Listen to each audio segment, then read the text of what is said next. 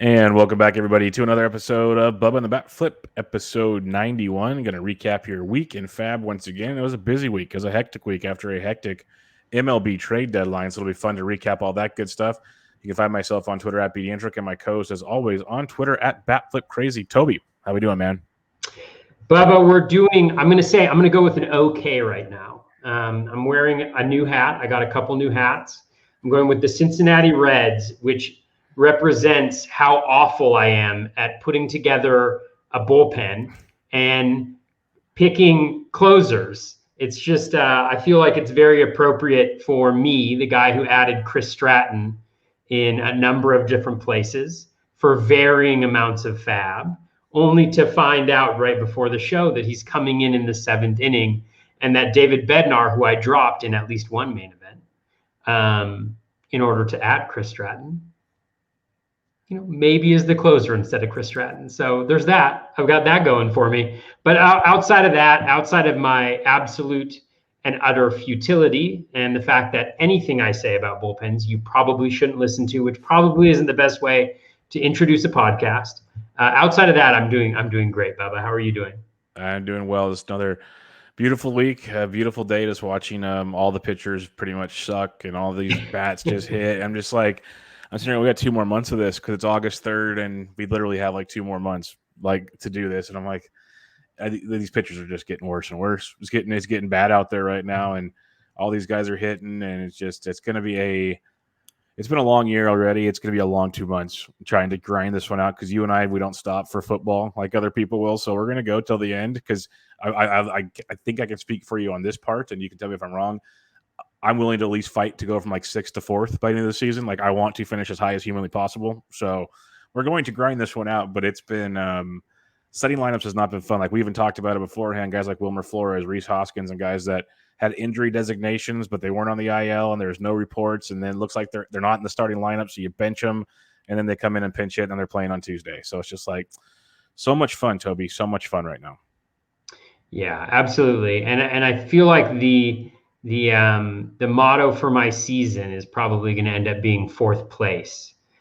So that's exciting for me as well. But I agree. I mean, you got to grind it out. Sign up for these leagues. There's a decent amount of money, a lot of money at stake, depending on what your leagues are. And I think it's from the league standpoint, like it's good when everybody's competing and trying their best. And so that's one thing. But then also just from a personal standpoint, trying to grind that out and do the best you can. Right. Yes. So most definitely. And you can tell we said it the last few weeks, like people are starting to focus towards football. Like this Thursday night, I think it is, we have the Hall of Fame game Thursday or Friday. We have preseason football starting this week it's coming. Like the shift is taking place. And we had this massive week in FAAB last week, Toby, like a massive week in FAAB with all these different options, varying price scales. Sunday was nuts with Ortega and Hernandez and these guys going off to raise prices and redo bids and whatever. And there's still so many guys that went with no secondary bids. I'm sitting there just going, wow, this is stunning. So it's going to be interesting to see where things go. But let's, before we go player by player, with such a crazy week, like it wasn't Fabapalooza with all these prospects per se, but it was a lot of closers potentially because of the trades, a lot of new guys getting to hit because the Cubs and Nationals traded everybody and so many other situations. How did you approach this week? Because I know you spend a ton of time on FAAB Saturday night and into the wee hours of Sunday morning. I spent some time Saturday and a lot of time on like it was the most probably time total I spent the whole time. So how did you go about it with the process you have, like to narrow it down at least in your head of what you're focusing on? Yeah, I mean, as is well documented on the beginning of this show and also throughout the seasons, I've been struggling a lot for closers and to get saves, and that's probably the biggest weakness across all of my teams. And so this was a really big opportunity to try to identify who the closers were. It was an interesting situation because it seemed like the one guy, and I know they've gotten kudos already, but Phil and Rob, shout out to them for getting Kyle Finnegan a week early. That was huge for them, but it was pretty clear that he was the closer. And outside of that, there was a lot of questions because you had Chris Stratton, who, you assume gets the save if Bednar does not blow the lead there in the 8th inning, because he was kind of the next guy up, if you will. You had Dylan Floro, who did not get a save opportunity, but just based on usage, like Bender being used in the 5th and the 6th, even being used to open games, and Floro being really good from a results perspective recently, and also pretty decent from a skills perspective. And the way that the game that they didn't, I think it was either tied or they were down by 1. The way that they kind of had the usage there, that he was probably the guy. You had Spencer Patton, who had an opportunity to get a save and blew it. So you were wondering, is he going to get another shot, or is he not going to get another shot? Or maybe Joe Barlow, who looked really good. And so just looking at all the permutations of what those closers were, and like you mentioned, it was not set on Saturday night. It was not set on Sunday. So I put together some lists, and just based on what had happened at the trade deadline, it impacted not only closer value, but then also opening up some value or not value, but players in hitters, right? And trying to figure out, just based on a couple lineups after the trade deadline, what would be moving forward. Like, Edward Oliveiras was added on Sunday, and he was in the lineup, but we know that he's been shifted around a lot by the Royals. So is that going to stick? Hilliard has been getting some run on the Rockies. Is that going to stick? Ortega on the Cubs. I actually picked him up last week, which I guess we won't talk about. I think we talked about last week, which I felt good about, like, for once, and so just really like trying to figure out what all these permutations were. Where were they hitting in the lineup? Do they look like they have regular playing time? All of those things, and then to try to organize it in a list, also based on your needs, right? Because that's one thing I think we oftentimes, and I'll consider myself on this one too, is like, oftentimes we're like, oh, I need to get that player. He's really good. But it's like, is that what you need? Is that on a limited budget? Is that what I should be spending my money on right now? Totally. Yeah, like in one league, I'm not doing well in saves, but my ratios are just as important as my saves. And so in that league, I actually didn't go after Stratton, who's struggled with his control. And in that particular league, I went with Cole Sulcer instead, because from a skills perspective, he's looked a lot better. Wasn't sure if he's going to get access to saves all the time, but it seemed like he might get at least a share of that. So all of those things need to factor into, I think, your decision-making process in determining that. And that's what I tried to do. And the good news is I failed miserably. How about you? What were all the considerations and things that you were thinking about as kind of the day progressed, and what a trade deadline that was? I mean, I know obviously they're players and they're people. And so just getting moved around like everybody is kind of intense. But also, it reminded me of some other sports and the crazy goings on that they have, and the deadlines or NBA signing, things like that. Yeah, because for MLB, the trade deadline for the most part is kind of boring. Like, there's like 1 or 2 names that are getting to be like, hey, Manny Machado's getting traded. Where's he going to go? Probably to a big team. Like, this is what's happening. But all 30 teams made trades. Some trade teams didn't make trades they should have made, looking at you, Rockies. But then there's other teams that sold everybody. And then teams were improving here and there and it was just one thing after another for about 48 hours. It kind of started Wednesday-ish into Thursday and just went all the way till the end. It was great to watch on your phone or whatever you were watching it on, and kind of try to keep track of. It was wild. It was really good stuff. So I liked that a lot, but it was tough, like you said. Like, I had people asking me questions like, hey, should I pick up this person or this person? And I'm like, they're just now starters. Like you said, see what happens this weekend. Like, where do they play? Like, it's like we're trying to make assumptions on literally like no data on some of these guys. Like, what are we doing here? Like, I don't know. I can't tell you.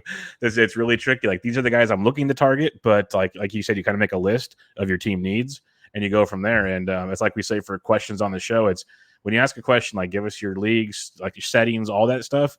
Don't just send me like, hey, should I pick up this person or this person? Like, do you need this person? Do you not? Like, it goes back to what you're saying. Yeah, cool. He hit 3 home runs on Sunday. Do I really need Rafael Ortega?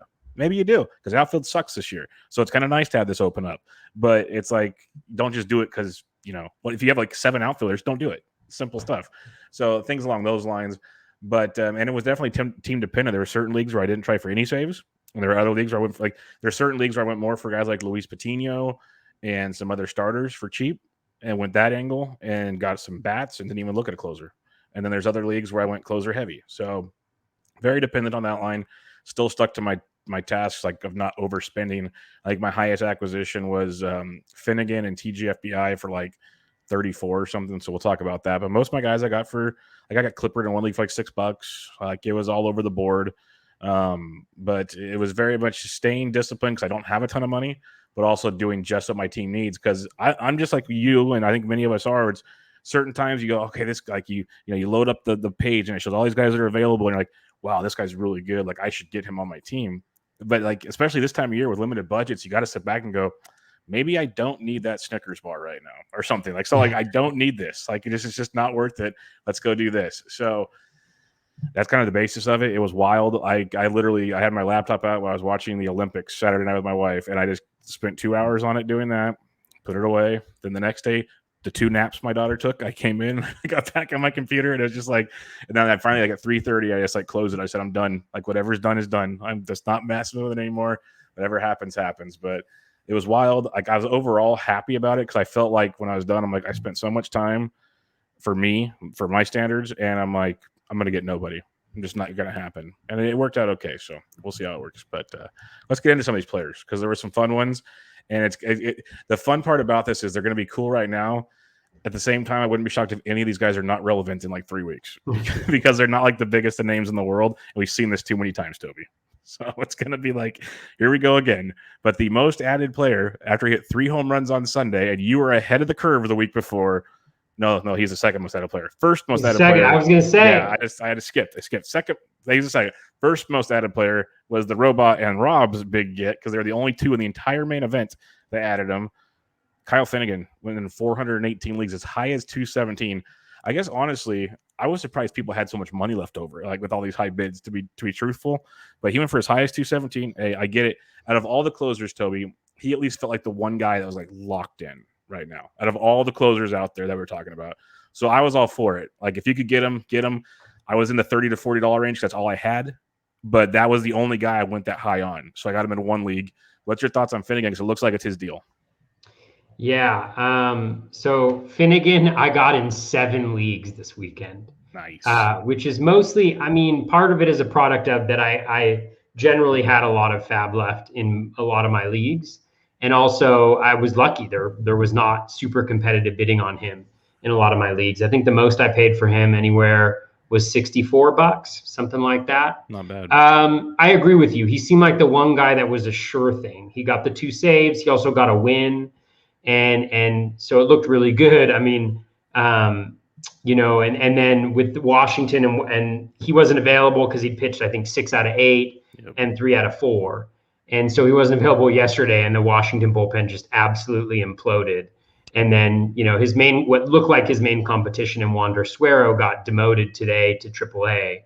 And so it looks like he's got a tight grasp there. The only challenge will be, I mean, the Nats, they're not an awful team. I mean, they still have, they're not good, but they still have Soto.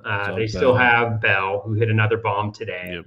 So they still have some hitting, and I think Yadiel Hernandez is a little underrated. Yep. They're going to be decent. The question is going to be how many saves they get. Finnegan in general is like pretty blah.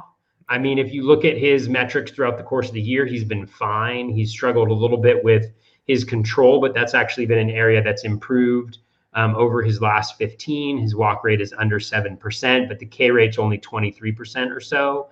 And so he's kind of fine. He's got the job and he's fine. He's not anybody to get excited about. And so that's great. And so if you got him, I think you got to be pretty happy, because what you really want to do in this situation is, in an ideal world, maybe there's a David Bednar, Toby, who's got both the skills and maybe the role that you can lean on. But a lot of the times, we're dealing with bullpens that have been kind of ransacked, And so I think Finnegan was kind of the best of the bunch, and we'll see if that ends up being the case. But I was pretty excited to get him. Yeah, he's made some really, really nice improvements over the season. On June 8th, he got destroyed. Gave up 5 runs in a third of an inning. That's why I feel like the thing with relievers, you look at ratios and stuff, it just takes one bad outing and just skews the whole thing. So his last 19 outings since on June 9th forward, he's given up 5 total runs, 5 earned runs in 19 innings pitched, basically a strikeout per inning, only 6 walks over that stretch. Like you mentioned, he's worked on that a big, big amount. 2 wins, 2 saves, 8 holds. Definitely because he's only this closer now, so he was doing a great job setting up and getting things done. Everything looks pretty good. He's a big fly ball guy, though, so that's kind of still a little always concerning. In this era of baseball, he limits the hard contact, which is really good. And I think there's a lot to like potentially with a guy like Finnegan, and in reality, and with what we keep going through on this this closer carousel, he's got the job. You mentioned Suero's gone. I don't see who's gonna overtake him once Hudson was shipped out. That was like the only other concern I had. So I think we're good to go with Finnegan. And he looks like he's tweaked something that's working pretty well for him. And I'm with you also. Is like, yes, the Nats sold and they're going to be bad. I get it, but they're still not that bad. Like, they're still going to be good. We've seen it these last 2 nights. They've been competitive. They're going to be in games. The division they're in is like weak right now, really, really weak. So they'll be better than people think. All right, Chicago Cubs. Now we go to the second most added player, Rafael Ortega, who Toby added last week because he's smart like that. But he was added in 279 other leagues this past week for $140 max. I got him in a few leagues for like sub $20. I was very happy about that. I thought there was no chance after 3 home runs on Sunday that I would get Rafael Ortega. Not a chance. And it worked. So that was very nice. But you got a guy like Ortega, Toby, who's leading off pretty much every day for them. He's hit safely in 5 of his last 6 games. A little bit of power, a little bit of speed, 4 steals. That's very attractive. So what's your thoughts on Ortega going forward? He's probably playing over his skis now, but I think he's still going to be pretty serviceable. Yeah, I agree. I mean, the reason why I had added him previously is that he's actually been hitting leadoff every single time he plays for the Cubs for a couple weeks now.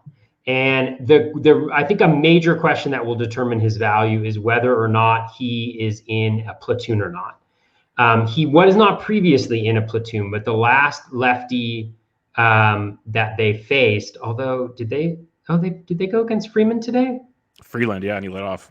Oh yeah, and he still let off. I was worried about that too. Yeah, I was worried because I think the last lefty they faced, he sat, but he had faced the 2 lefties previous to that. And so what I was really encouraged by over the weekend was with that type of performance, it's hard for them to keep him, with what else they're throwing out there from a lineup perspective, to keep him out of there. I agree. I mean, he's always been kind of the speedster, kind of higher batting average guy. But what was really interesting to me, and I really honestly only realized it because I already had him on my team, so I wasn't doing like a deep dive on him necessarily. After he hit the 3 home runs, is if you look at his StatCast metrics, he already has 7 barrels this year, so an 8.2% barrel percentage, and his max exit velocity of 109.5 is about 2.5 miles per hour harder than any other previous hit that he's had in baseball. And is actually pretty good, especially for a guy who doesn't have a huge frame. And so when you look at that coupled with just, he's always had better than league average contact, 84.4% over his career, 80.4% now. He's also been pretty good from a plate discipline perspective. I mean, here's a guy who has every opportunity to be a major contributor, hitting first, getting a ton of plate appearances. The only question I had is whether they were going to platoon him or not, and they didn't. And man, it's fantastic. I think he can be a real difference maker because that NL Central has some pretty atrocious teams now. With I guess he can't play the Cubs himself, but just from a pitching perspective, it's like the Brewers, and then everybody else, the Reds have a couple good guys, but everybody else is just kind of blah. And so really nice, really nice pickup, I think, for folks to get. I was very, very excited. I got him in one other league, a really big league, a really important league, which was exciting. Well, and the reason I think the platoon's off, like it was off, that would have been his platoon guy, center field versus a lefty. Looking at roster resource, there's nobody there. So good call. Good call on that. There's nobody there right now unless they make some other move, which why would you – like you have 2 months, see what the kid's got. Let him hit a lefty. Who cares? Like he's got nothing to lose. So I think that's what you got going for him there, and that'll be very intriguing to see because you look at his minor league numbers, he's always shown speed, 15-plus steals or 14-plus steals many years, and the power started developing in 2019, 21 homers in AAA with the Braves. So – there's definitely something in that bat that is very, very intriguing to see how that plays out. So I'm definitely excited about some of those shares, and we'll see how that one keeps playing out. All right, this one, it was interesting because Tyler Clifford started closing a couple times before Soria was even traded. And I'm sitting there going, man, you Diamondbacks really like to screw things up, don't you? Like, don't you want to keep his value high while you have it? I guess their idea is maybe he can't blow a save, so we'll just put him in the 8th inning. But Soria gets dealt. Clippard's the closer now. He picked up in 256 leagues, as high as 217. I know I grabbed him in at least one, if not two leagues over the weekend. So it looks like he's the guy. Another similar to Finnegan. Like, I think Finnegan's a better pitcher, but I don't see anybody taking Clifford's job either. So what's your thoughts on that? Yeah, I really liked Clifford, actually. I mean, from a skills perspective, I thought he was very good. I mean, you talk about consistency. So here's Clifford's last 3 years: 2.90 ERA, 0.85 WHIP, 2.77 ERA, 0.88 WHIP. This year, 0 ERA, 0.8 WHIP. Swinging strike rate, 13.9%, 12.3%, 13.2%. K- walk, 20.3, 22.4, 15.8. So in every single season, he's been better than league average skills-wise, and in his results and his production as well. And it was pretty clear, what you said, that Clifford was going to be the guy. I actually forgot to mention him in my little diatribe at the beginning, but Clifford was my number 2 guy on lists. So it was Finnegan, and then it was Clifford, because I felt like I knew he had the job, and I actually think he's a pretty good pitcher. So again, I think he's a really nice pickup, and he's already got that one clean inning yesterday. Wasn't a save opportunity, but obviously you'll take it. Yeah, no doubt about it.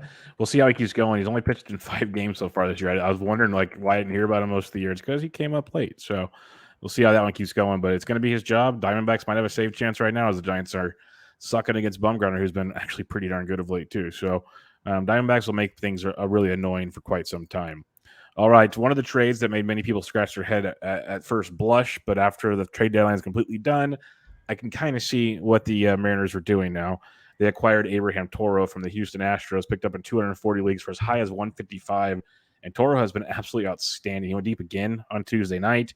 He's hit safely in all but 1 game since the trade. Now has, I think, 3 home runs since the trade, stolen a bag or 2. He's been very, very productive, getting regular playing time of late. He's hit safely in 9 of his last 10 games now as well.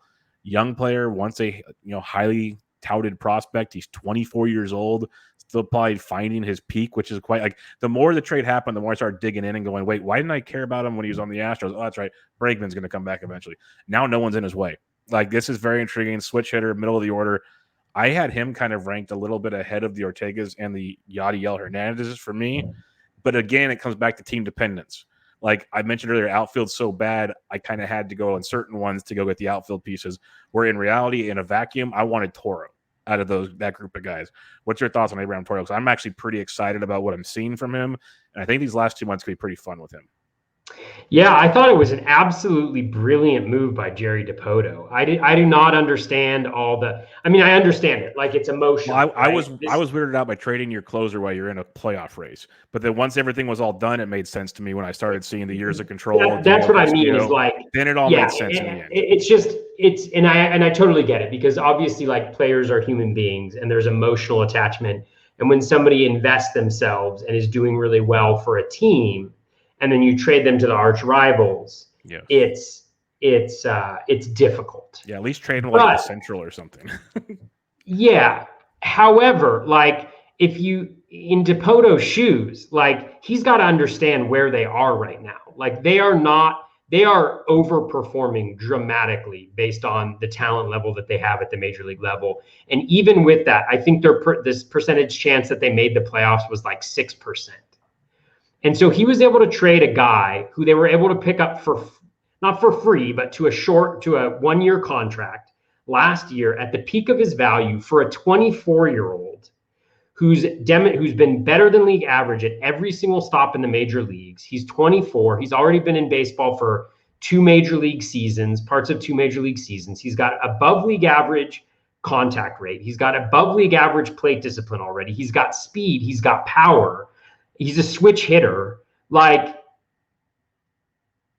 to me is a brilliant move. And then to go out and get Diego Castillo, who I would argue is a better reliever than Graveman is, particularly if you look at Graveman's skills in the last little bit and the regression that's likely coming there.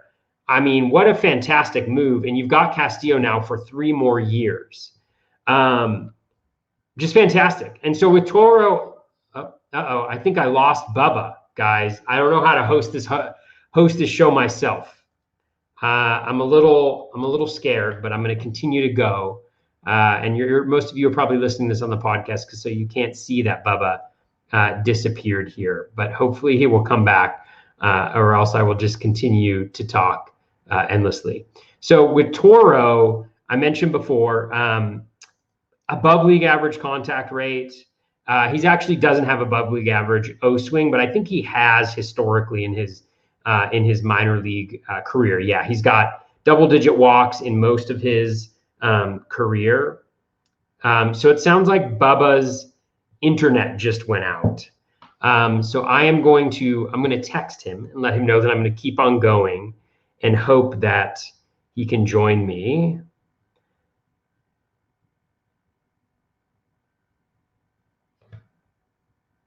So Bubba's internet just went out. So I'm flying a little bit solo right now. So we're just gonna kind of roll with it, guys. So help me out. Abraham Toro. I absolutely love the move for Seattle, and it not only gives them a guy that they can use moving forward, but also somebody that they might be able to trade in the future, because he is, as was mentioned, there's a lot of teams that were very interested in acquiring his services. So a big fan of Abraham Toro there. Next up on the ad list was Edward Oliveiras, and he's been obviously a popular name in a lot of leagues. But the Royals have been kind of adding him to the big league lineup, sticking him in there for a game, dropping him down. It's like a meme at this point. They've been adding and dropping him so frequently. But with Oliveiras, the power speed is super intriguing. He's 25 years old. In his major league career, he actually only has one stolen base. He had his second stolen base today, which was a really nice, a little boon there for folks who added him. But when you look at his projection rest of season, Zips has him, well, let's go with the BatX has him in 68 plate appearances with 2 home runs and 2 stolen bases. So if he gets 250 plate appearances the rest of the way, you're looking at a guy who could contribute, 6, 7, 8 steals and 6, 7, 8 home runs, potentially even 10 and 10 for the remainder of the season, especially when you think about the Royals and their propensity to run on the base paths, and with a decent batting average, 249. So Oliveiras is a really nice addition, I think. And then with Andrew Benintendi getting injured today, I didn't see exactly how serious it was. If Bubba was on the podcast, what I would be doing right now is researching while he was talking about it. But with Benintendi getting injured, it's another opportunity for Oliveiras to be in the lineup every day. I think there was some concern that with Mondesi being on his rehab stint, that he would come back at short, that Nicky Lopez would move to second base, and then Whit Merrifield would move to the outfield. But if Andrew Benintendi is out for any significant period of time, then what will end up happening is Oliveiras will have a spot regardless, with the Royals having traded, Jorge Soler early in the season. So I think this could be a real game changer of a pickup, honestly, particularly with the access to playing time for Oliveiras. Again, projected for a 249 batting average, just really, really nice. I'm ecstatic to have picked him up in a few spots, and the price was decent. And Bubba is back. Man, Bubba is back, ladies and gentlemen. I'm gonna kill Spectrum. He's on the podcast here. I managed to talk about one player. I talked about Edward Oliveiras. That's cool. Bubba, you had been so proud of me. I talked about Benintendi getting injured. I don't know what the injury is, but how that frees up a spot, and Mondesi possibly coming back, and Nicky Lopez moving to second, and Merrifield moving to the outfield. But now Oliveiras has a place to go to, and how he's brilliant. Well done. I knew you could do it. I'm so happy about this, and I'm glad you talked about Oliveiras, because I don't have any shares except in best ball leagues. So I got nothing to add to that one, really. I think he's very good. He should have been up for a long time now, but the Royals kept messing with that. So I think it's going to be very fun to see what he can do. And did you end up getting him in some teams? Oh yeah, I got him. I think on 3 teams. 2. 2 OCs. I should look. I think I got him in my super, which is really cool. We'll recap it at the end when we talk about our pickups and stuff. So that's true. I did want to bring up one comment here, which is from William E. He says, I feel sick now after I dropped Toro to keep Brendan Rodgers and activate Ketel Martel. I would say, William, there is nothing to feel sick about that. Yeah. Brendan Rodgers, I have been incredibly impressed by Rodgers. He's not on any waiver wires, so we haven't talked about him, but he's demonstrating elite contact, strong plate discipline. The dude is, like over 600 plate appearances. He'd be on pace for 25, 30 home runs. He's stealing bases. I would have had Brendan Rodgers well ahead of Abraham 100%. Toro on waiver wires. Like half his games in Coors the rest of the way. Yeah, totally. He's phenomenal. Yeah, don't feel bad. And plus, Ketel Marte, if healthy, which has been the biggest issue this year, he's a top 5 or 6 second baseman or whatever. And he gets outfield eligibility. So, yeah, you made the right move. That's why it comes back to league dependency there. Like, would you prefer Toro over those guys? Probably not really. I'm excited about Toro, but Brendan Rodgers, I guess the biggest issue with Brendan Rodgers is just the Rockies getting their stuff together and playing him. That's the biggest issue with Brendan Rodgers. So I'm with you there. I think that's a very, very you're okay. You're very, very much okay there, William. I wouldn't worry too much about that. But all right, let's go to the next guy here. As Toby did a phenomenal job trying to help as it's been about a week since I had an internet issue. We're back, so that's good. But we're gonna move on here. Kyle Farmer, like I had to. Because I do DFS content every day. It was the only reason I knew how good he was playing.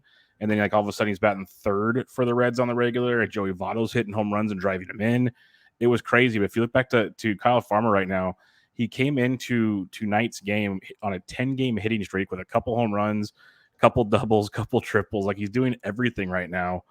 And it's crazy. Like, I didn't get any shares of him. I had bids in, especially because his multi-position eligibility is tremendous. Second base, shortstop, and third base, I believe, for Kyle Farmer. So that's like the little things we've talked about many times on this show. Like, I cherish guys like that. That almost puts you above certain guys. Like, that's definitely a tiebreaker for me situation. So I was intrigued with him. Didn't get him anywhere. But I'm also kind of like hesitant on, is this for real with Kyle Farmer? So what's your takes on Farmer? Because I didn't win any bids on him.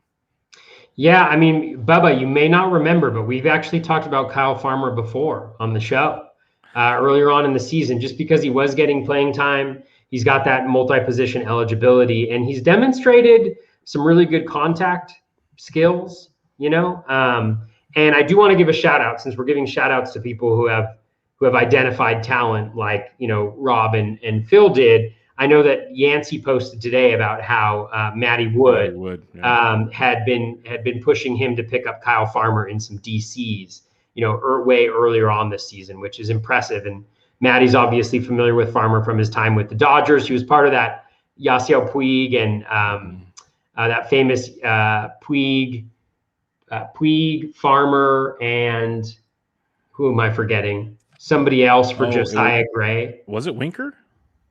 No. It was an outfielder. Scotty Schebler. Was that who was? It was an outfielder. I'm pretty positive. Okay. It was Puig. Puig was the main guy going over to the Reds, I believe. And Farmer went over there. So he's familiar with him. But shout out to him for kind of knowing about Farmer. But yeah, I've had Farmer, and I also have him in a 20-team dynasty league. That just because that position flexibility is really nice on the bench. So yeah, he's been good. I mean, he's playing way over his head, obviously. Here you go. So it was Puig, Matt Kemp, Alex Wood, Kyle Farmer to the Reds for Homer Bailey, who they quickly dropped, Josiah Gray, and Jeter Downs. Yeah, and then they traded Jeter Downs to the Sox. For in the Mookie Betts deal, right? That's right. Yep. And then they traded Josiah Gray now to get Trey Turner and Max Scherzer. So what if they turned Puig into those three guys? Yeah, because Wood was a free agent after that year, and Kemp. I mean, we know Kemp didn't. There's a reason why there's a reason why some teams stay good.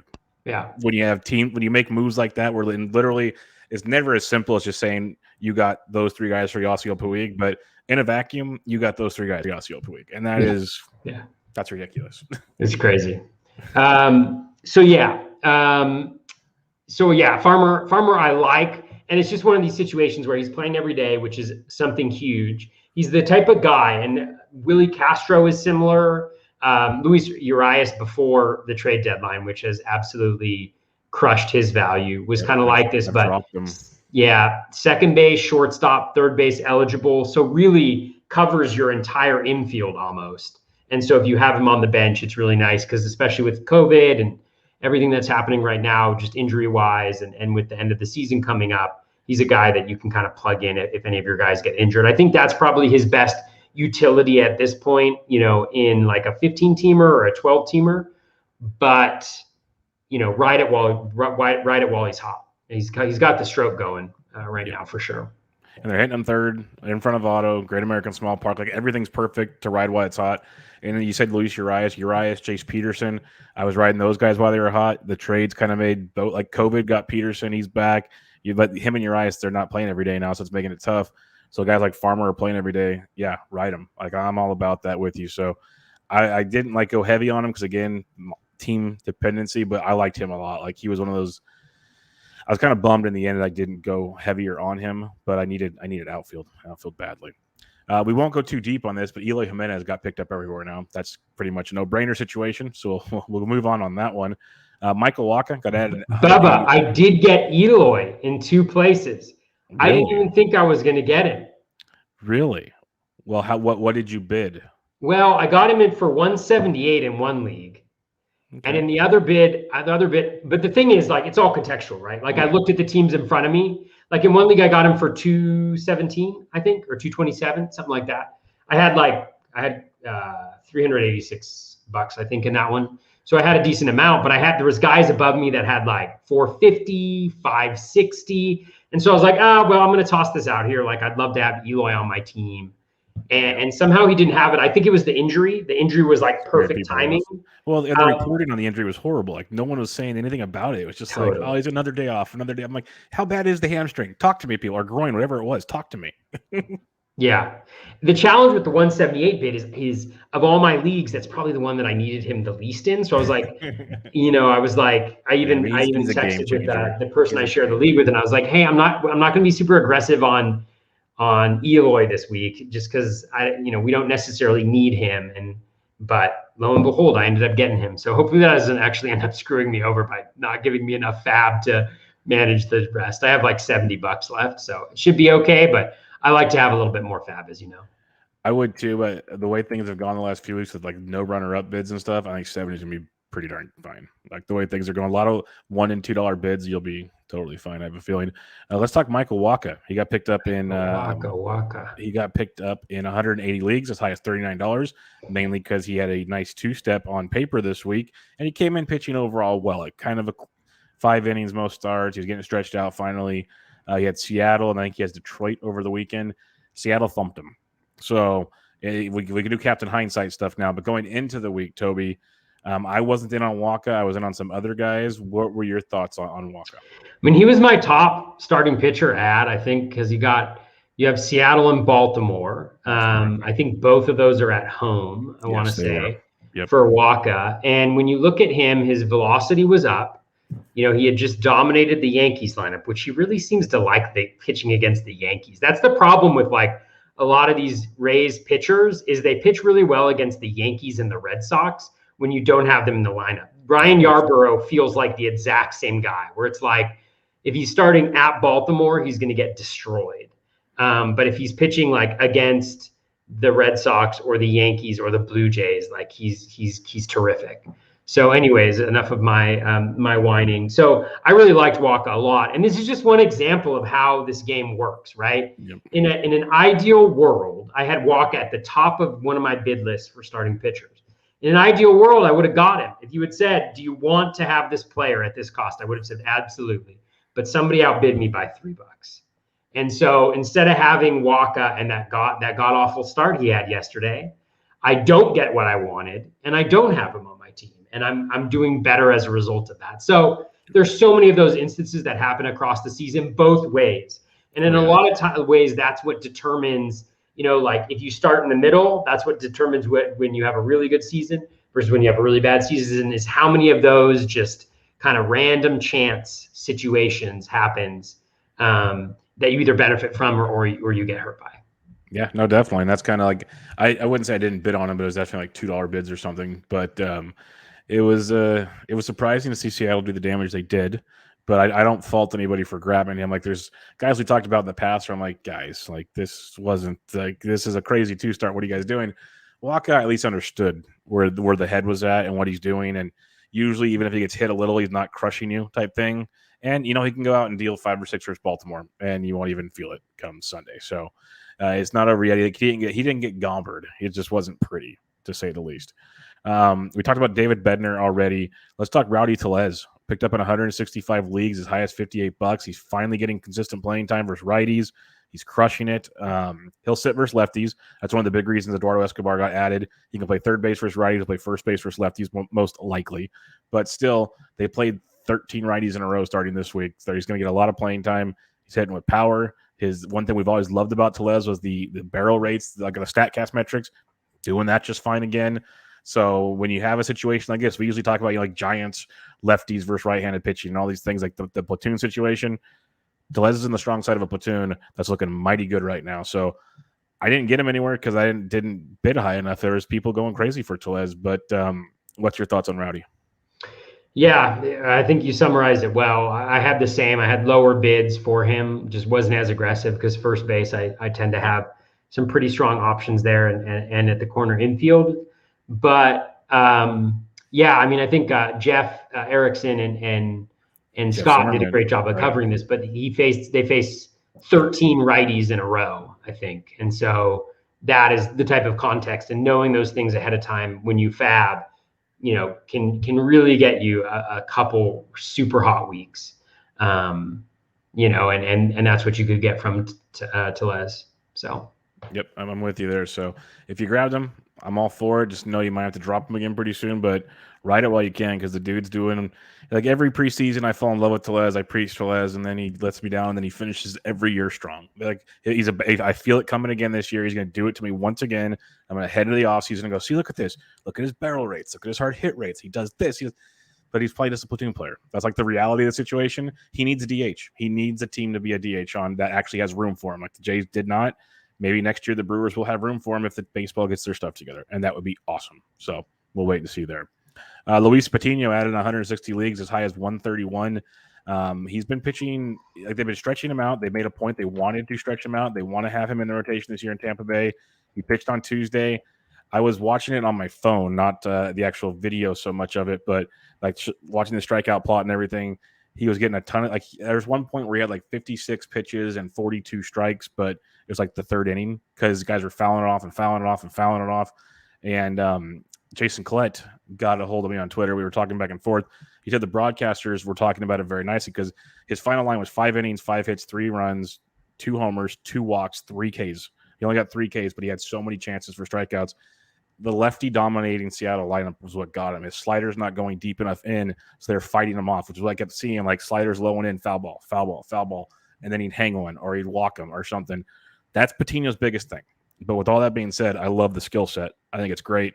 They're going to let him go 5+ innings. I think that's great. I need strikeouts in a big way, and when he's on, he can get a ton. Like if it's a righty-heavy lineup, strikeouts will be there. So I was not like super aggressive. I'm not aggressive on anybody, so I got a false statement, but I was putting like $5 to $10 out for Patino, and I got him like in 2 leagues. So I was intrigued with him. Yeah, there's probably a lot of 12-teamers. I wasn't really in on Patino. I haven't been a huge fan. I mean, that start he had last week was absolutely phenomenal. Prior to that, he hadn't really shown like a ton of strikeout stuff, and his metrics weren't all that great. If you look at his previous 3 starts, 5 1/3, 4 earned runs, 4 Ks, 5 1/3, 5 earned runs given up, 5 strikeouts. He did have 6 and 3 1/3, but he gave up 4 earned runs. So before that Yankees outing, he really had not been, that impressive to me. So I wasn't that interested in him. I am interested to see how he does, though. I mean, he's obviously an incredible talent, and the Rays know how to develop their pitching. So it'll be interesting to see what he does moving forward. And certainly, it wasn't a great game today against the Mariners, but it also wasn't a terrible game. Yeah, I just liked what we saw in AAA because he's only made, this was his 4th start since he got called back up. And his last 6 starts in AAA is 5 or more Ks in every start, 7 or more in 3 of those 6. So they're showing improvements. Like, see, he was doing something pitch mix. I don't know what, because I didn't follow the AAA, but he had 41 Ks and 29 innings pitched. So there's at least some improvement of some sort. And I'm hoping that transitions by just letting him go. Because when they had him up earlier before that, it was like, okay, you're going to open. I'm like, well, that sucks. But now they've made a point. He's going to go 5 or 6 innings more often than not. And I'll give that a roll, because we've seen these young pitchers in Tampa Bay. It's just like, they'll figure out how to use your stuff, and they're going to make it work. So I'm willing to give that a shot, especially for the cheap. A few others here. You mentioned Cole Sulcer. We've talked about him a few times because I was on him a few weeks ago. Baltimore, it's tough to see what they're going to do with closing, but his ratios and his strikeout stuff's great. So at worst, he helps you there, as you kind of mentioned earlier. Carson Kelly's back. He got picked up in a lot of places. Anthony Bender got picked up in a lot of places, even though him and Dylan Floro kind of, it's 1 and 2. You mentioned Floro. I think it's Floro. Those guys were picked up. What are some other guys that were added that kind of stood out to you? Because there was a bunch this past week. Yeah, we covered a lot of the guys that I added. Sam Hilliard, I picked up in a couple leagues. Actually, I think just one league, but I had some bids in for him. Chaz McCormick was also. Let's just go over your moves you made. It'll make it easier. Yeah, why don't we do that? All right. My, let's see, FAAB results. All right, picked up Kyle Finnegan, dropped Daniel Hudson. In one league. Oops, I'll go in order here. Added Rafael Ortega, dropped Shane Bieber. Now this was a tough decision to make here. And I didn't drop Bieber in all my leagues, but I dropped him in the ones where I'm in an overall competition. And I need pitching. Because the thing with Bieber is he has just thrown the baseball. He threw the baseball once, and his arm was not feeling right afterwards. Yeah. And with Cleveland pretty much giving up the season, I would actually be surprised if he pitched again. I just wanted to give it one more week to see if he was progressing at all. But I wouldn't be surprised if they shut him. To be fair, you can feel okay dropping Bieber when the robot dropped Jacob deGrom this week. So you can. That's true. Okay about that. Well, I had more courage than I have, which probably explains some things. Yeah. Added Kyle Finnegan, dropped Daniel Hudson. Added Sam Hilliard, dropped Garrett Hampson. And this was in a 15-teamer. Hampson just is not getting enough playing time, unfortunately. And it's unfortunate, but he's behind Hilliard now. He's behind, Tapia. He's behind Rogers. They didn't trade Story. It's just really hard to see where he's going to fit in on a regular basis in this lineup. And being short side of the platoon just isn't it. And so he's just one of these guys that tends to just be on your bench. And he's kind of like a if I need him guy, but if your need him guy is not going to play, then you got to move on. So moved on from him. Added Ian Happ, dropped Luis Urias. Added Chris Stratton, dropped Tony Gonsolin.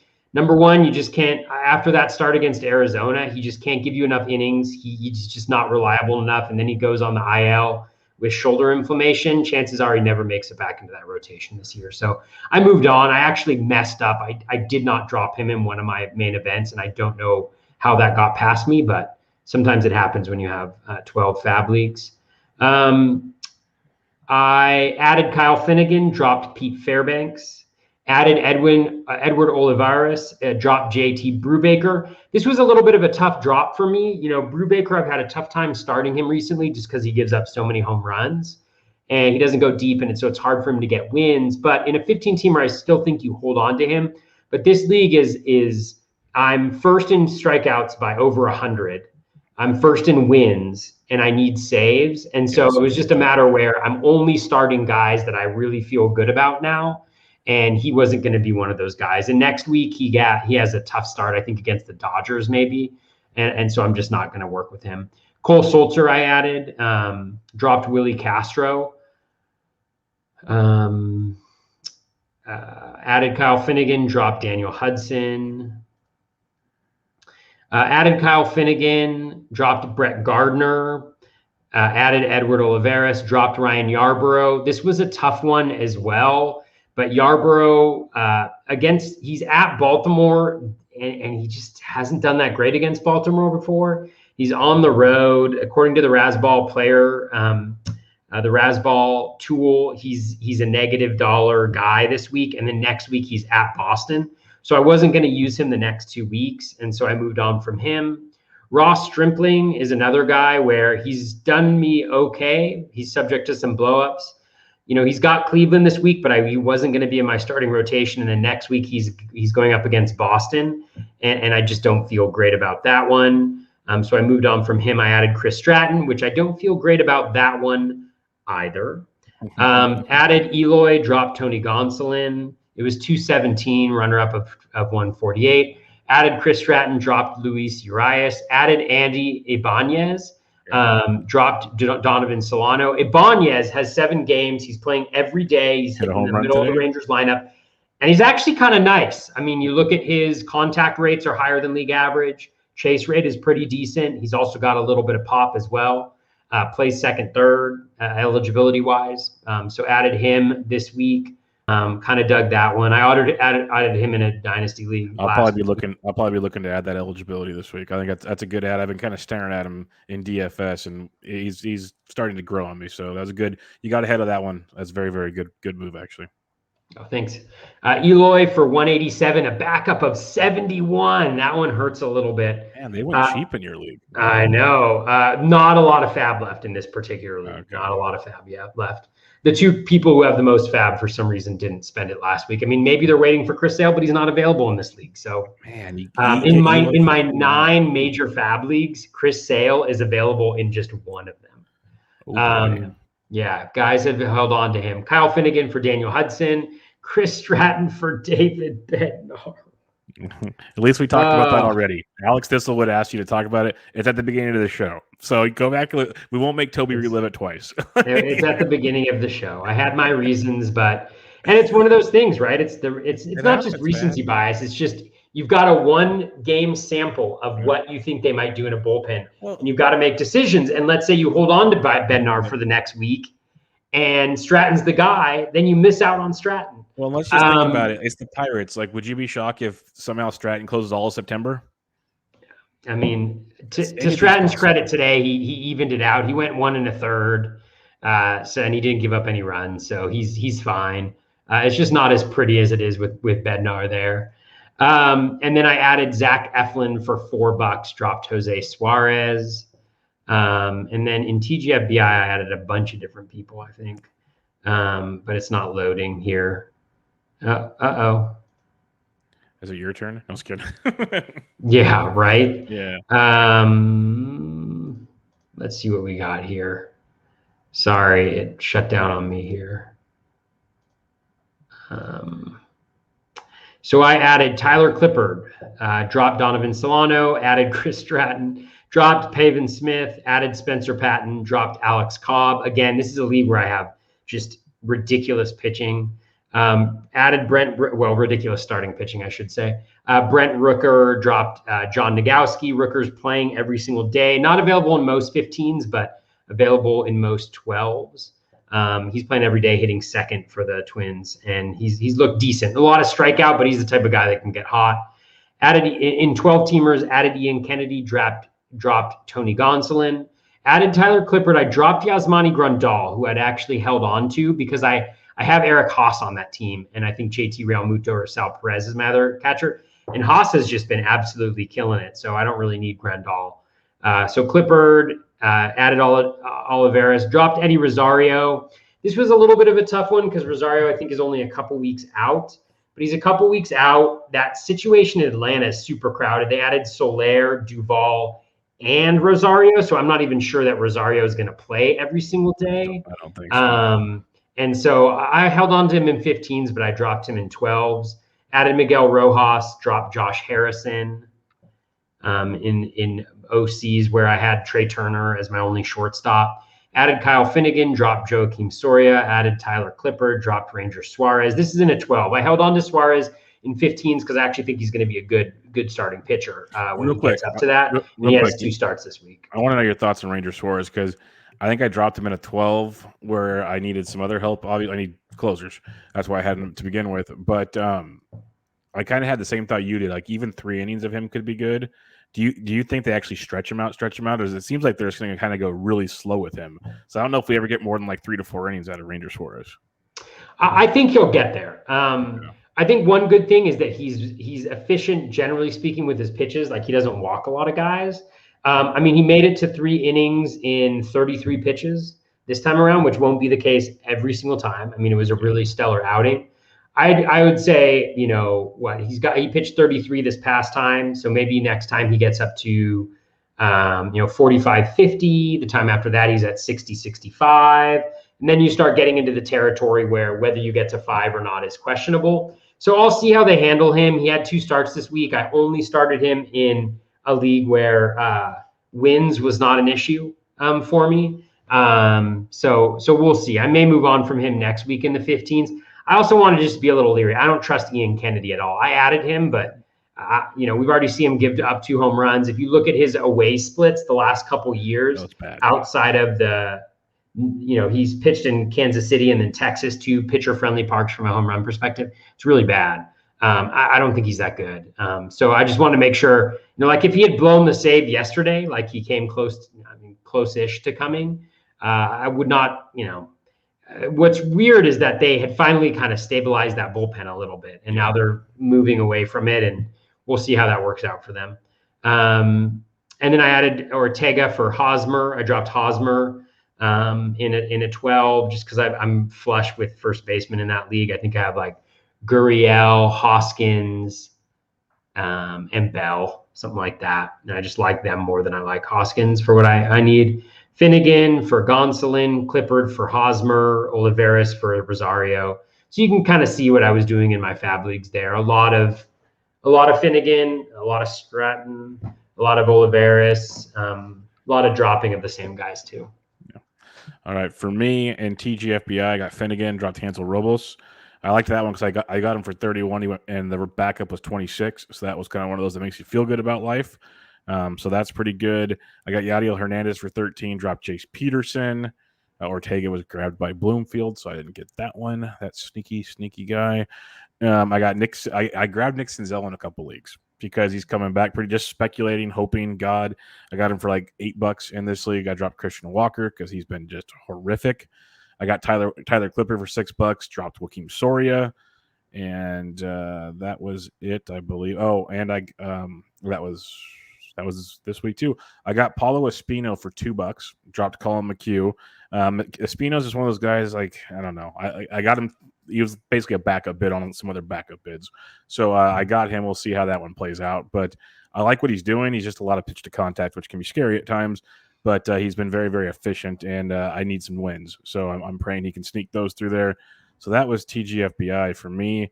We go to the RotoWire Online Championship. I got Joe Ross for $3. I dropped Kyle Gibson in this one. 12-team league. I'm just kind of over Kyle Gibson. He goes out and throws a gem, which really stinks. But I went with Joe Ross. I think I like the strikeout upside that Ross brings over Kyle Gibson. That's what I really needed. So I went with Ross for $3. I will take that gamble and pray it works. I grabbed Josiah Gray for $3. Dropped Jordan Holloway. And then I got Rafael Ortega for $2. Dropped Tanner Houck. And that's it on that one. The Tanner Houck one's very disappointing. The Red Sox are killing me there. Talent's too good. In one of my satellite leagues, I got Bumgarner. Now I have 2 shares of Bumgarner this year. I got him for $21. Dropped Jordan Holloway. Bumgarner's been great. Got Ortega for 17. Dropped Garrett Cooper. R.I.P. Garrett Cooper. I got Yadiel Hernandez for 17. Dropped Chase Peterson. I need outfielders badly. That's why I also grabbed Nick Senzel for like $12. Dropped Darren Ruff, which that's going to sting, but I'm doing the long play. Like they face a lot of righties coming up, and once Belt's back very soon, I see that platooning a lot more there. And then I think I got Cal Quantrill for $3. Dropped Ranger Suarez. That's the one I dropped Ranger Suarez in. So we'll see how Quantrill. I actually like what the improvements Quantrill's made. He's actually striking guys out now, which looks pretty good. So I'm going to roll the dice there with Cleveland again. Hopefully Bieber doesn't come back. And then my other satellite got Rafael Ortega for 17. Dropped Garrett Cooper. Yadiel Hernandez dropped Aaron Savale. Elias Diaz dropped Francisco Mejia. Pretty pumped on that one for $4. And then that should be about it for me. Yeah, that's it. So pretty much similar guys, similar drops. We'll see. The Cal Quantrill one, I forgot all about that. I'm hoping the improvements we've seen over his last recent starts continues to go. He's changed his pitch mix up, and it's led to more strikeouts. So I'm a big fan of that improvement. And the Espino one literally was like, I just know I needed a pitcher. We'll see how long he's $2, so we'll see how long he sticks around. But he's actually been very good. I'm just nervous. Like the blow up game is going to be a bad blow up when it happens. It's going to be ugly. So yeah, I kind of like Espino too. I mean, if you look at like I've had him in barf for like over a month because like with barf, I'm going to vote next year if we just can lower the ILs on there because there's no one on the waiver wires. Like I've been dead to rights all season. I've been dead to rights because my whole team's injured. I've literally rostered Espino for over a month in that league. IL slots are brutal. Yeah, honestly, it kills the whole FAAB process. It's freaking rough. They're brutal. Yeah, I mean with Espino, like I think the thing that I like a lot about him, he doesn't strike out a ton of guys. Absolutely true, but he doesn't walk guys either. 4.5% walk rate. You know, so yes, you always are in danger of having BABIP games. He's got a 244 BABIP, which certainly will change, as will the 82% strand rate with the type of strikeout ability he has. So it's a little bit tough, but a 14.2% K- walk rate is league average. And so, you could do a lot worse, I think, if you're putting him in the right matchups. Yeah, I need wins. I need strikeouts. I knew he wasn't gonna give me that, but like if he's gonna give me a win, he's gonna help my ratios out because that's how only way he's gonna win. So it's kind of one of those right matchups things, like you mentioned. Get him now before I think he's got a 2-step next week, maybe. Maybe that's what it was. So I'll just put a bid on him and see what happens. I wanted to get, I believe it's first. Let me just look this up real quick. He's starting on Wednesday for the Carlos Hernandez of Kansas City. I was very intrigued with what I saw in his first start, but he got picked up. He was like Espino was like my tertiary bid to Hernandez, where Hernandez got grabbed everywhere. I kind of like what we saw there, but didn't get any of that. What I would have loved to have seen is, I don't know if you got to catch it at all, but on Tuesday night, because of all the COVID issues the Yankees are having for like the 4th time this year, Luis Eel, the G is silent, it sounded like on the broadcast. He looked filthy, absolutely filthy, making his pro debut, but he already got sent back down tonight. So that sucks. But he was throwing high 90s with a nice little slide piece. Like, that looked really good. I looked at his profile going into the game, and he had like a massive home run to fly ball in AAA. His AA numbers look great. So I was kind of like, we'll see what he's got. Watching that game, he was good. So we'll see.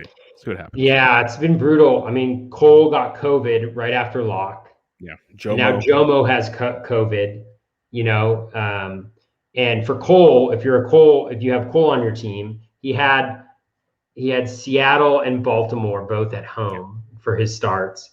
And then you have, and then Trevor Rogers was put on the family medical list. Yep. And so he's probably not starting this week either. And I have Cole and Rogers on one main event team. That's my best main event team this week. And I'm like, oh goodness. And then on Tuesday, I mean, obviously hope everything's okay with them, but as we record right now, earlier today on Tuesday, Matt Barnes got put on the COVID IL.